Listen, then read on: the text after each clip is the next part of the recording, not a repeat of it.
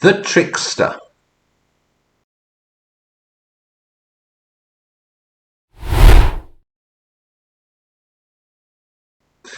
Today, for me, not for you, but for me, is the 18th of April. And it suddenly occurred to me today that more than 2 weeks ago, April Fool's Day happened. Only it didn't, did it? At least not for me. I don't recall seeing anything on the news or hearing anybody talking about April Fool's Day. I didn't hear of any jokes that were played, either locally or on a larger scale.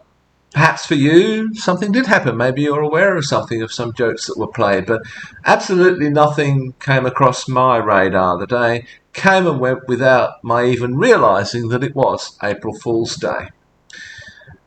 Apparently April Fool's Day is first referenced in Chaucer's Canterbury Tales, so it has a fairly long history dating from around the 14th century. Other cultures have similar days. Iranians, for example, play jokes on each other on the 13th day of the Persian New Year. At least they used to. I don't know whether they still do. And that usually falls on April the 1st or April the 2nd. And this day has been celebrated as far back as 536 BCE. Why do such traditions persist? Playing pranks is deeply embedded in human culture. In fact, many pantheons contain a mischievous god, like Loki in Norse mythology or Hermes in Greek mythology.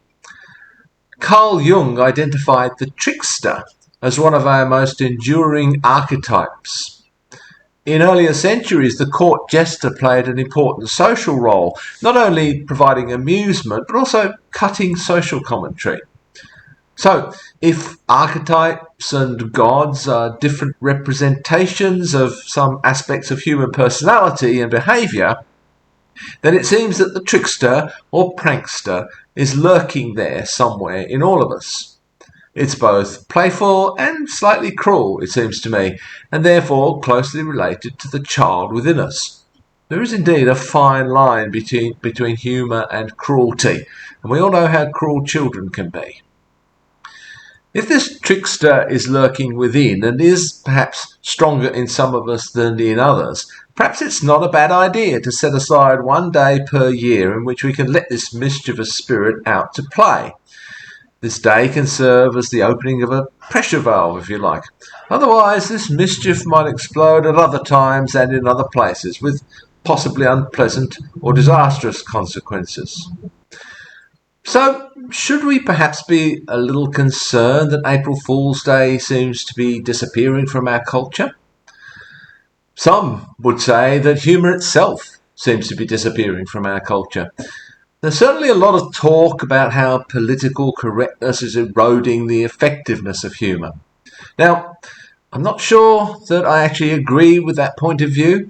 I think that, by and large, political correctness is weaponised by the right, highly exaggerated, in order to denigrate the left. You know, those liberal wankers who are oh so sensitive.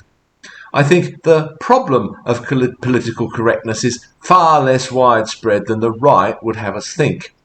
It's a kind of pseudo-problem designed to take our minds off the real issues, like the culture wars in general. Nevertheless, the right has perhaps been somewhat successful in undermining our faith in and tolerance of humour.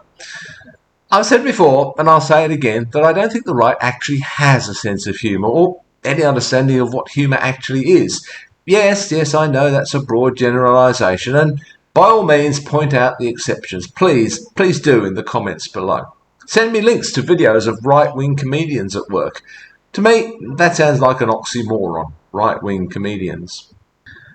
But I also think that the way that an occasion such as April Fool's Day can pass by barely noticed may be a sign that, well, we don't really see a lot to joke about these days. Everyone is constantly under pressure just to live from day to day, without even considering the massive challenges that the world faces on the political and the environmental front, which issues we also don't think much about because we're overwhelmed just with day-to-day life. Yet it's probably at such times that humour is most valuable. It's not only a great way to lift our mood, but also to challenge our beliefs and institutions, to knock down our sacred cows. And as much as some comedians might make me want to cringe, I also appreciate the fact that they take me out of my comfort zone and challenge my worldview. Human beings like to regulate the world, both the inner world and the outer world. Having a single figure, such as a court jester, to embody the role of the trickster, is one way of both honouring and regulating this aspect of our nature. And perhaps that's the role that the comedian can have in society today. And days like April Fool's Day serve a similar purpose. April Fool's Day prevents the fool in us from running wild all year round, but it also makes sure that the fool within is not forgotten and is given some airtime. It is useful to acknowledge these inner gods from time to time.